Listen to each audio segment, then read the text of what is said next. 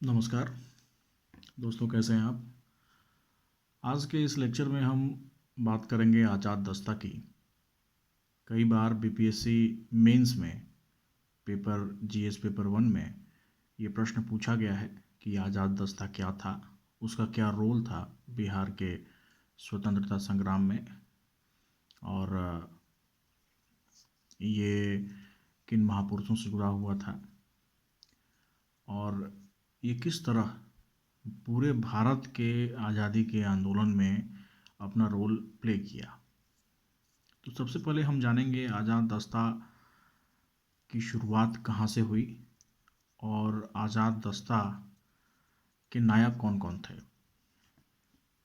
हम जानते हैं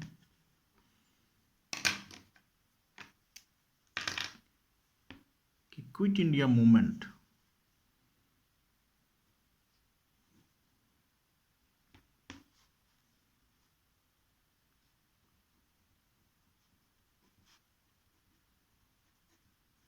हाउ इट स्टार्टेड। हम जानते हैं कि quit India movement Gandhi ji के द्वारा दिया गया था। डू और डाई का नारा दिया गया था गांधी जी के द्वारा 7 अगस्त को 1942 में ऑल इंडिया कांग्रेस कमेटी के द्वारा इसे इंडोर्स किया गया और 8 अगस्त को गांधी जी के द्वारा इसे लॉन्च किया गया।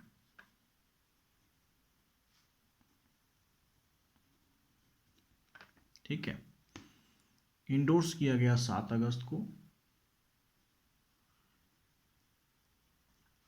इंडोर्स किया गया ऑल इंडिया कांग्रेस कमेटी 7 अगस्त को, और 8 अगस्त को गांधी जी के द्वारा लॉन्च किया गया।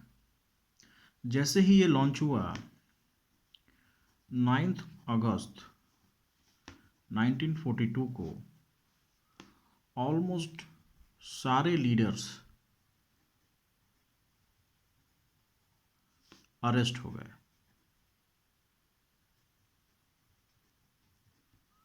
जिसमें गांधी जी भी शामिल थे, नेहरू जी भी शामिल थे। बिहार में 9 अगस्त को ही डॉक्टर राजेंद्र प्रसाद गिरफ्तार किए गए। इनको रखा गया बांकीपुर जेल में, बांकीपुर जेल जो पटना में है। ठीक है,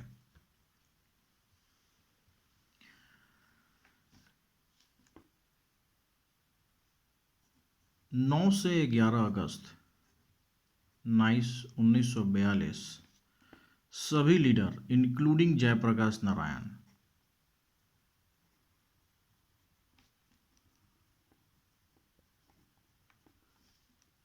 अरेस्टेड। ये सारे के सारे अरेस्ट हो गए। अब यहां से जयप्रकाश नारायण पिक्चर में आते हैं।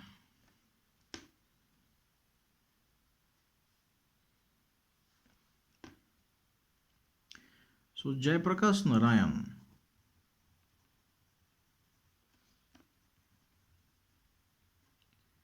ये रखे गए थे हजारीबाग जेल में। यहाँ से ये लोग भाग गए। कौन लोग भाग गए? इनके साथ 5 लोग और भागे, इनके साथ +5 कॉमरेड्स। ये लोग भाग गए कब? दिवाली की नाइट को,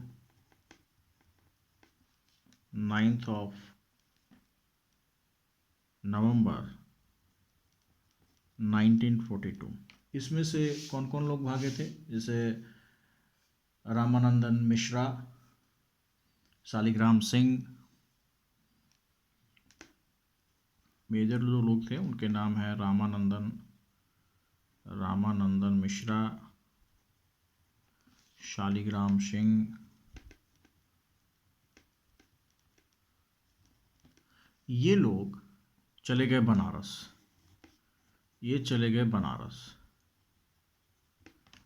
ये चले गए नेपाल।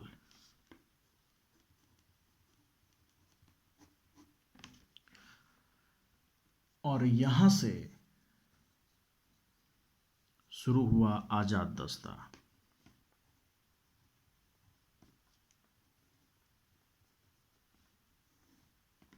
कैसे शुरू हुआ, ये तो था इसका हिस्टोरिकल बैकग्राउंड, कैसे ये स्टार्ट हुआ। अब हम जानते हैं द फॉर्मेशन ऑफ आजाद दस्ता। ये कैसे कैसे फॉर्म हुआ, इसके बारे में हम समझते हैं। जयप्रकाश नारायण जो थे वो रेवोल्यूशनरिस्ट थे, रेवोल्यूशनरी थे। आर्म्ड स्ट्रगल में वो बिलीव करते थे। जब वो छूटे हजारीबाग जेल से तो वो गए नेपाल। नेपाल में कहाँ गए, जब ये गए छूटे हजारीबाग जेल से तो नेपाल में गए जलेश्वर के जंगलों में। ठीक है, इसको और क्या कहते थे, बकरों की टापी। ठीक है, ये एक नाम इसमें इंपॉर्टेंट है, बकरों की टापी। इनके साथ कौन कौन गया था,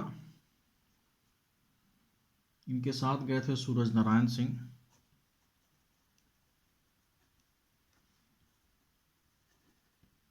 इनके साथ गई थी विजया, और ये लोग वहां पे मिलके ट्रेनिंग सेंटर खोलने लगे गुरिल्ला वॉरफेयर के।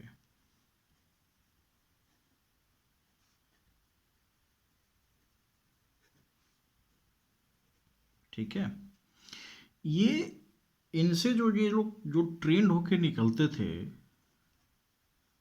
ट्रेंड होके जो निकलते थे उनको आज़ाद दस्ते में बांट दिया जाता था। इसका मतलब होता था फ्रीडम ब्रिगेड।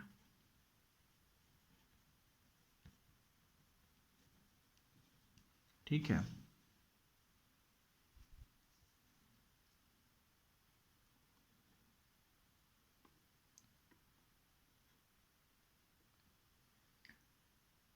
इनका एरिया ऑफ ऑपरेशन हालांकि कंप्लीट इंडिया था, बट ये लोग फोकस किए थे बिहार में। बिहार में क्यों फोकस किए थे, बिकॉज बिहार नेपाल से जुड़ा हुआ है, तो वो लोग बिहार के काफ़ी करीब थे, वहाँ पे ऑपरेट करना ज़्यादा आसान था। इसमें कुछ इम्पोर्टेंट पर्सनालिटीज़ इन्वॉल्व थी, जैसे डॉक्टर राम मनोहर लोहिया। डॉक्टर राम मनोहर लोहिया ये डायरेक्टर थे अंडरग्राउंड रेडियो डिपार्टमेंट के आज़ाद दस्ता में। उसी तरह कार्तिक प्रसाद सिंह और रामेश्वर सिंह ये लोग फूडिंग एंड लॉजिंग की व्यवस्था देखते थे। बिहार में सूरज नारायण सिंह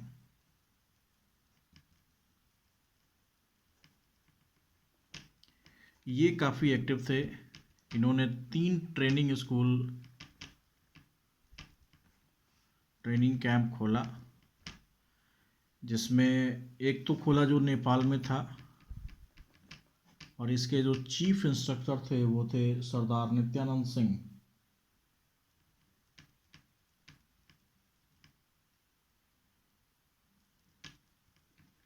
ठीक है, यहाँ पे हमने जाना आज़ाद दस्ता के बारे में कि आज़ाद दस्ता क्या था और ये कैसे काम करता था। अब हम जानेंगे जो स्पेसिफिक क्वेश्चन पूछा गया है बीपीएससी में। बीपीएससी ने क्वेश्चन किया है कि व्हाट रोल डिड द आज़ाद दस्ता play in Bihar during quit India movement. अच्छा, इसका आंसर देने के लिए हमारे पास इंट्रोडक्शन ऑलरेडी रेडी है, ठीक है। बॉडी में हमें रोल के बारे में बात करना है। रोल क्या क्या किया इन्होंने? एक तो इंटेंसीफाइड किया, इंटेंसीफाइड द स्ट्रगल, ठीक है। दूसरा क्या किया इन्होंने? इसको स्प्रेड को बढ़ाया, स्प्रेड को बढ़ाया। कहाँ कहाँ? Bhagalpur, Purnia, Munger and Nepal Terai, okay.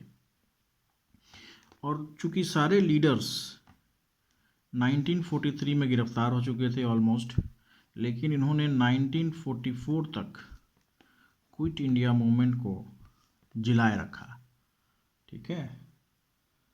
सो इसमें एक थोड़ा सा ड्रॉबैक है